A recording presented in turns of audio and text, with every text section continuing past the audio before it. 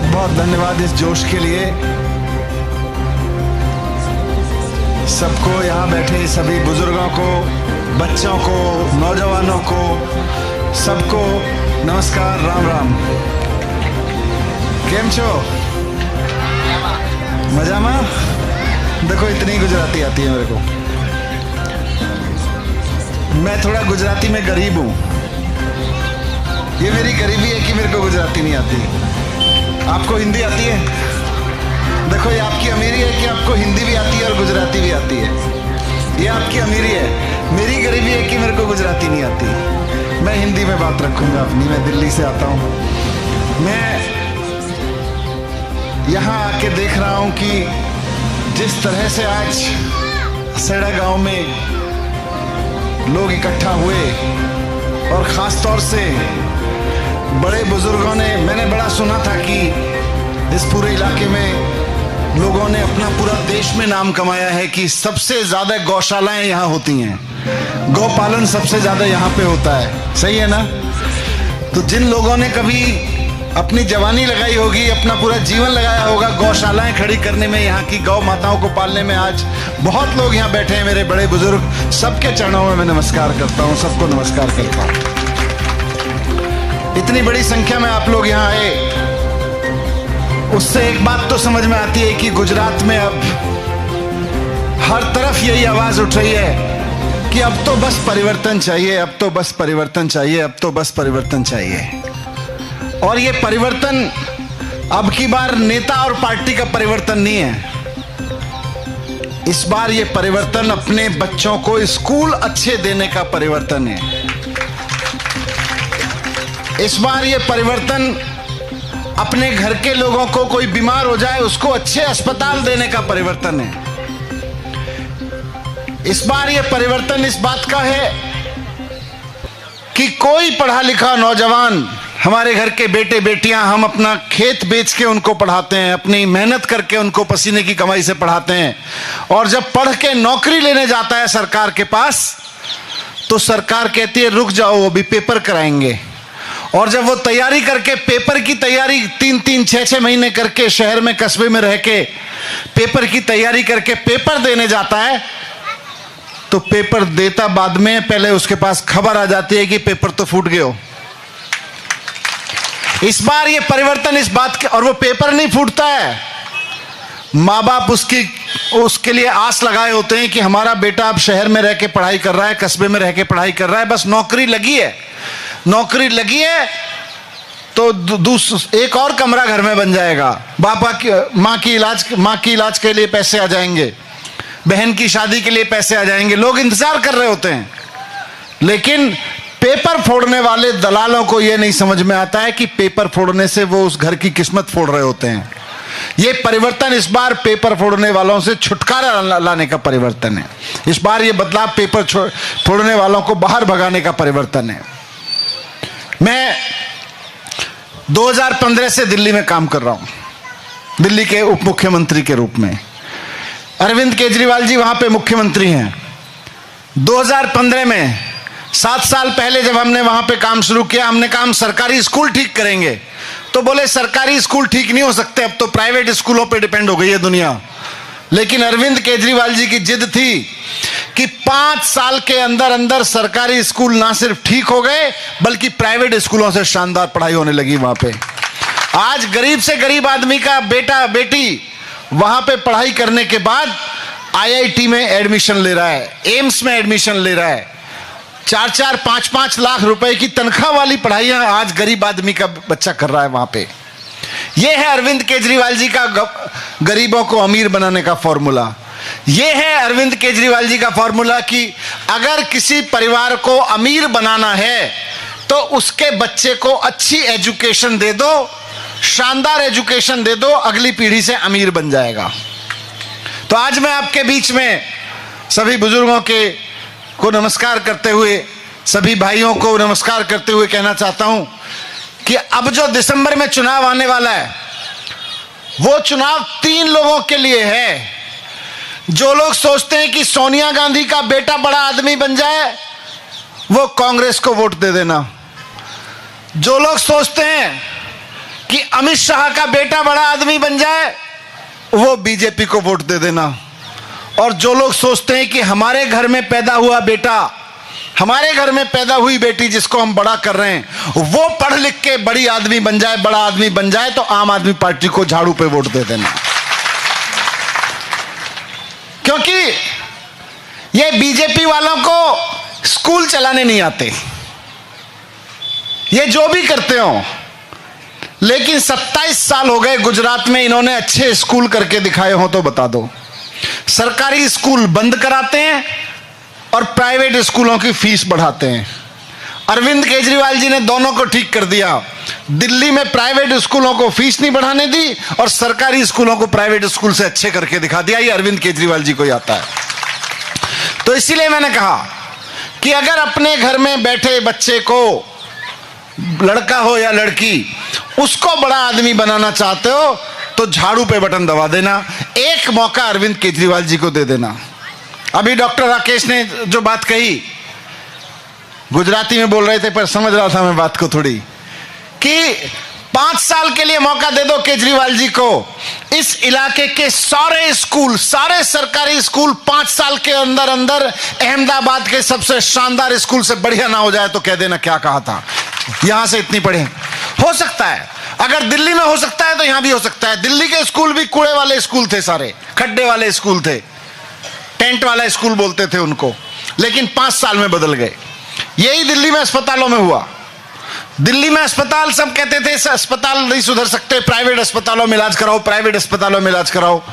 आज दिल्ली के प्राइवेट अस्पतालों से बढ़िया दिल्ली के सरकारी अस्पतालों में इलाज मिल रहा है। लोगों को, सबको इलाज मिल रहा है। आज दिल्ली में बसें फ्री कर दी हैं महिलाओं के लिए।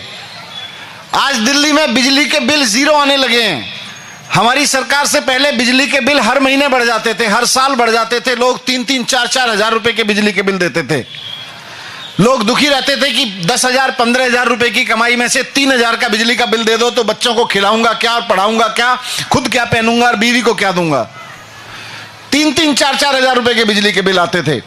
लेकिन 2015 तक जिन लोगों के 3-3, 4-4 हजार रुपए के बिजली के बिल आते थे, उन सबके 2015 के बाद से 0 बिजली के बिल आ रहे हैं। ये दिल्ली में अरविंद केजरीवाल जी कर सकते हैं। और आज सिर्फ दिल्ली में नहीं, अब पंजाब के लोगों ने मौका दिया तो पंजाब में 51 लाख परिवारों के बिजली के बिल इस महीने से 0 आने शुरू हो गए हैं। दिल्ली में बिजली के बिल 0 हो सकते हैं, पंजाब में बिजली के बिल 0 हो सकते हैं, तो गुजरात में भी बिजली के बिल 0 हो सकते हैं।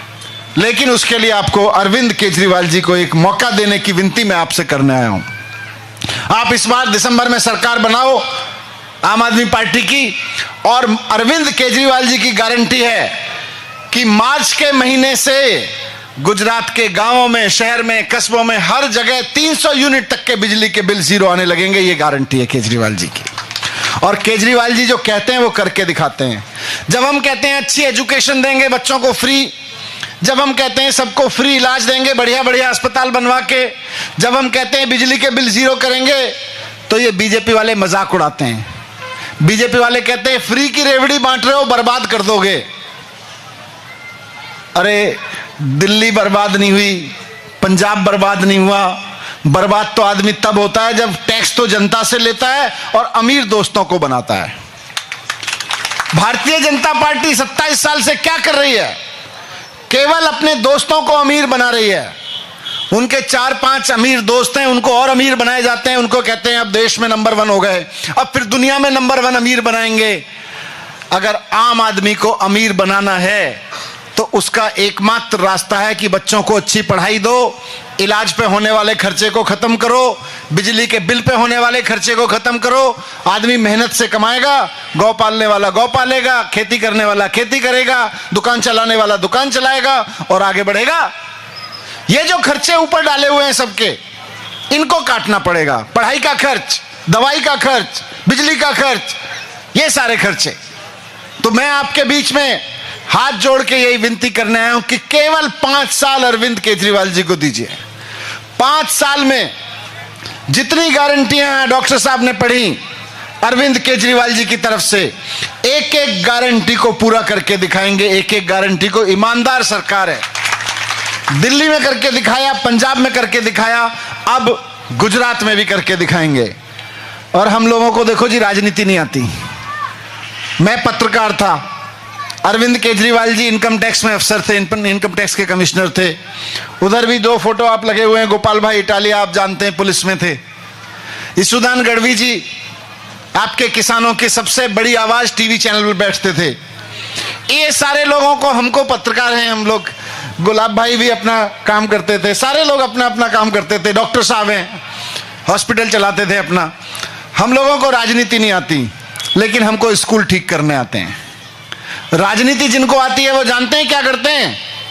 अभी मेहसाना में मैं था एक सभा में, वहां पे एक साहब ने आके कहा, साहब राजनेता तो वो, आप लोग राजनेता नहीं हो, आपके यहां तो सीबीआई रेड डालती है फिर भी कुछ नहीं मिलता।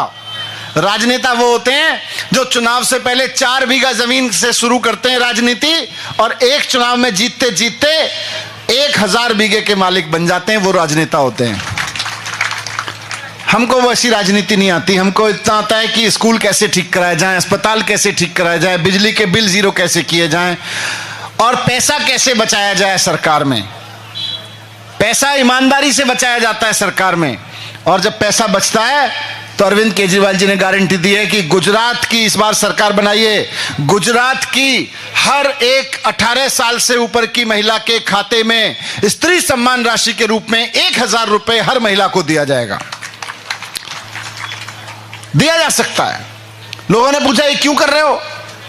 इसके पीछे अरविंद केजरीवाल जी की सोच है। स्त्री सम्मान राशि एहसान नहीं कर रहे। स्त्री सम्मान राशि किस लिए जरूरी है? घर में लड़की पढ़ने जाती है कॉलेज में, उसका मन होता है कुछ किताब और खरीद ले, थोड़ी बड़ी होती है घर में मन करता है शादी ब्याह होता है बच्चों के लिए कुछ कर ले, थोड़ी और बड़ी होती है महिला, उसको लगता है कि बेटी घर पे आई है, मन है पोते को कुछ देने का, देवते को कुछ देने का, अपने लिए कुछ लेने का, 150-200 रुपए का पति के सामने, बेटे के सामने हाथ मांगना पड़ता है। उस महिला के हाथ में सरकार की ओर से हर महीने 1000 रुपए रखे जाएंगे, अपनी मर्जी से खर्च कर। यह है स्त्री सम्मान राशि।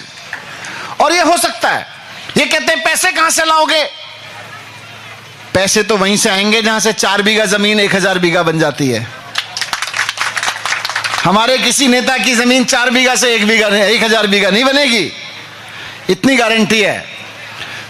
इतना टैक्स देते हैं लोग, इतना टैक्स देते हैं। एक बार मेरे को बताओगे यहां पे कौन कौन टैक्स देता है? कौन कौन टैक्स देता है? बड़े कम लोग हाथ उठा रहे हैं। ये सोच मैं बता रहा हूं आपको, इसी क्वेश्चन में जवाब है, इसी सवाल में जवाब है। ये जो नेता आके कहते ना कहां से लाओगे, कहां से लाओगे, इतना टैक्स देती है जनता, गरीब से गरीब आदमी भी टैक्स देता है। इस सभा में बैठा हुआ सबसे गरीब आदमी अभी अपने घर पे जाएगा, शाम को बिजली का बल्ब जलाएगा, वो 20-25 रुपए का बिजली का बल्ब लाया होगा ना खरीद के, उस पे भी टैक्स दे के आया है। रात को बिजली का जलाओगे, बिजली पे भी टैक्स है। बिजली बंद करके सो जाओगे, पंखा चलता रहेगा, पंखे पे भी टैक्स है। सुबह सो के उठोगे, सबसे पहले मंजन पेस्ट करोगे, करते ना, ब्रश उठा के सबसे पहले ट्यूब में से निकालते हैं। 50 रुपए की टूथपेस्ट की ट्यूब पे कम से कम 10 रुपए का टैक्स देके बाजार से लेके आए हो। मैं आज आपको बता रहा हूं, ये टैक्स का मतलब है सरकार को दे रहे हो। ब्रेड लेके आओ, बिस्किट लेके आओ बाजार से, बच्चों के लिए चॉकलेट लेके आओ, कपड़े लेके आओ, कुछ भी लेके आओ, हर आदमी टैक्स देता है, हर आदमी। यहां जितने लोगों ने हाथ उठाया, ये मत सोचना ये कुछ लोगों ने ना अहंकार कर रखा, हम टैक्स देते हैं, गरीबों को खिलाना पड़ता है। अरे गरीब से गरीब आदमी टैक्स देता है। इस शहर में अगर भिखारी भी अपने घर में सब्जी बनाता है तो नमक बाजार से लेके आता है, तो उस नमक के पैकेट पे भी टैक्स देके आता है। ये हमारा पैसा है, इससे आएगा वो पैसा। इस पैसे से हम सरकार में बैठे हुए नेताओं के दोस्तों को अमीर नहीं बनाएंगे, जैसे हमने दिल्ली में किया है वैसे ही जनता के नाम पे खर्च करते हैं। और आज मैं आपके बीच में आता हूं, दिल्ली से आके कह रहा हूं कि हम ये करेंगे, हम ये करेंगे। अगर दिल्ली में नहीं किया होता तो आप भी कहते पहले दिल्ली में करके दिखाओ, लेकिन आज मैं करके आ रहा हूं। 5 साल के अंदर अंदर कर दिया। दिल्ली की जनता के बीच में अरविंद केजरीवाल जी ने जाके कहा कि दिल्ली के लोगों, 5 साल तक आपके बीच में काम किया है, पहला मुख्यमंत्री होगा, कैसा ऐसा नेता नहीं सुना होगा बाबूजी आपने, कि जनता के बीच में ऐसे स्टेज पे आके खड़े होके कह दे कि अगर 5 साल काम किया हो तो वोट देना, नहीं तो वोट मत देना, किसी और को वोट दे देना। आज मैं आपके बीच कह के जा रहा हूं कि अगर आपको लगता है कि भारतीय जनता पार्टी अच्छे स्कूल बनवा चुकी है, अगर आपको लगता है कि 27 साल में बीजेपी ने आपके बच्चों के पढ़ने के सरकारी स्कूल शानदार करवा दिए हैं और फ्री एजुकेशन दिलवा रहे हैं, तो बीजेपी वालों को वोट दे देना, नहीं तो हमको वोट दे देना। हमने दिल्ली में करवा दिए हैं, हमने पंजाब में करवा दिए हैं। अगर आपको लगता है कि सरकारी अस्पताल भारतीय जनता पार्टी ने 27 साल में अच्छे करे हैं, तो बीजेपी को वोट दे देना। लेकिन मैं जानता हूं आपको लगता नहीं है। क्यों? मैं अभी निकल रहा था यहां सिद्धपुर के पास से, तो वहां पे एक नौजवान है विकास भाई पटेल, वो आ गए मेरे पास, बोले सर आपको एक चीज दिखानी है। सड़क से 10 किलोमीटर 5 किलोमीटर अंदर को ले गए। भारतीय जनता पार्टी ने 70 करोड़ रुपए खर्च करके 8 साल पहले सिद्धपुर में अस्पताल बनवाया था, आपकी जनता, आपकी और हमारी जनता के लिए 70 करोड़ रुपए खर्च करके एक बड़ी शानदार बिल्डिंग बनाई। लेकिन 8 साल पहले बिल्डिंग बना दी, ना वहां पे बेड लगाए, ना डॉक्टर लगाए, ना लाइट लगाई, ना पंखे लगाए, ना दवा है, ना इक्विपमेंट है। 8 साल से वो बिल्डिंग पड़ी पड़ी सड़ गई। 70 करोड़ रुपए जो आपने नमक खरीदते वक्त, दूध खरीदते वक्त, दही खरीदते वक्त, कपड़ा खरीदते वक्त, बिजली का बल्ब और टूथपेस्ट खरीदते वक्त दिए थे, उसमें से 70 करोड़ रुपए की बिल्डिंग बना बना के सड़ा दी उसने। अस्पताल नहीं है, वो सड़ी हुई बिल्डिंग खड़ी हुई है। बीजेपी वालों को अस्पताल चलाना नहीं आता, इसलिए मैंने कहा, और देख के आ रहा हूं इसलिए कह रहा हूं, दिल रोता है। बात इसलिए नहीं है कि मैं दिल्ली से आता हूं और आप गुजरात से आपके सामने बात करूं, ये मेरे देश का पैसा है, ये मेरे देश के लोगों की मेहनत कश लोगों का पैसा है। आप सब लोग, हम सब लोग एक ही देश से हैं। हमारे देश का आदमी मेहनत करता है और उसके टैक्स के पैसे से चुरा के 70 करोड़ रुपए की बिल्डिंग बनाते हो, और बिल्डिंग खड़ी कर रखी है। आदमी इलाज कराने के लिए मजबूर है सब प्राइवेट अस्पतालों में, महंगे महंगे प्राइवेट अस्पतालों में, और आपने क्योंकि ठेकेदार से पैसे खा लिए, बिल्डिंग बन के खड़ी हो गई। अब अस्पताल चलाने के लिए डॉक्टर को पैसे देने पड़ेंगे, दवाई के पैसे देने पड़ेंगे, तो बोले पैसे नहीं है। भारतीय जनता पार्टी को अस्पताल चलाने नहीं आते। आपको फिर कह रहा हूं कि अगर आपको लगता है भारतीय जनता पार्टी अच्छे अस्पताल चला रही है आपके यहां सरकारी, तो उसको वोट दे देना, नहीं तो अरविंद केजरीवाल जी को एक मौका देके देखना। 5 साल बाद आपको दोबारा कहने की जरूरत नहीं पड़ेगी कि अस्पताल कैसे होते हैं। सारे सरकारी अस्पतालों को शानदार प्राइवेट अस्पतालों जैसा कर देंगे। तो यही बात मैं आपके बीच में रखने आया हूं, बिजली के लिए, पानी के लिए। और जब मैं आपके बीच आया हूं तो ये लोग बड़ी साजिश करेंगे। जैसे जैसे आप अच्छा माहौल बना रहे हो गुजरात में, इस बार चारों तरफ, यहां से लेके राजस्थान बॉर्डर से लेके नीचे, चारों तरफ गांव में सुनने को मिल रहा है कि जी एक मौका केजरीवाल जी को देंगे, इस बार परिवर्तन करके रहेंगे। तो ये बीजेपी वाले अभी सत्ता में बैठे हैं, अभी उतरेंगे मैदान में। इनकी डर्टी ट्रिक्स डिपार्टमेंट, इनका गंदी गंदी काम करने वाला डिपार्टमेंट उतरेगा, बोलेंगे ये डॉक्टर साहब ये तो सबसे बड़े चोर हैं। यही बोलेंगे बीजेपी वाले आके, 4 कागज लेके आएंगे इधर उधर के, पता नहीं फर्जी 2 FIR करवा देंगे इनके खिलाफ में, मेरे खिलाफ करा देंगे, गुलाब भाई के खिलाफ करा देंगे, लावेश भाई के खिलाफ करा देंगे, लालेश भाई के, यहां जितने लोग बैठे हैं सबके खिलाफ कुछ ना कुछ कराएंगे। आपसे हाथ जोड़ के विनती है, कहना सरकार बनने के बाद बताएंगे, पहले इनको सरकार में लेके आएंगे, स्कूल ठीक कराएंगे, अस्पताल ठीक कराएंगे। ये चोर होंगे तो इनको भी जेल में भिजवाएंगे। लेकिन इन्होंने 27 साल में कुछ नहीं किया। इस बार मौका है, करते भी कहां से, हमारे पास मौका नहीं था। कांग्रेस को हटाओ बीजेपी, बीजेपी को हटाओ कांग्रेस। और पिछले मुझे लगता है 27 साल से तो भारतीय जनता पार्टी और कांग्रेस मिलकर चुनाव लड़ते हैं। आप वोट किसी को डालो, सरकार बीजेपी की बनती है। इस बार वोट झाड़ू पे डालो, सरकार आपकी बनेगी, आपके बच्चों के लिए काम करने वाला ही बनेगी। बहुत बहुत धन्यवाद। भारत माता की बहुत बहुत धन्यवाद।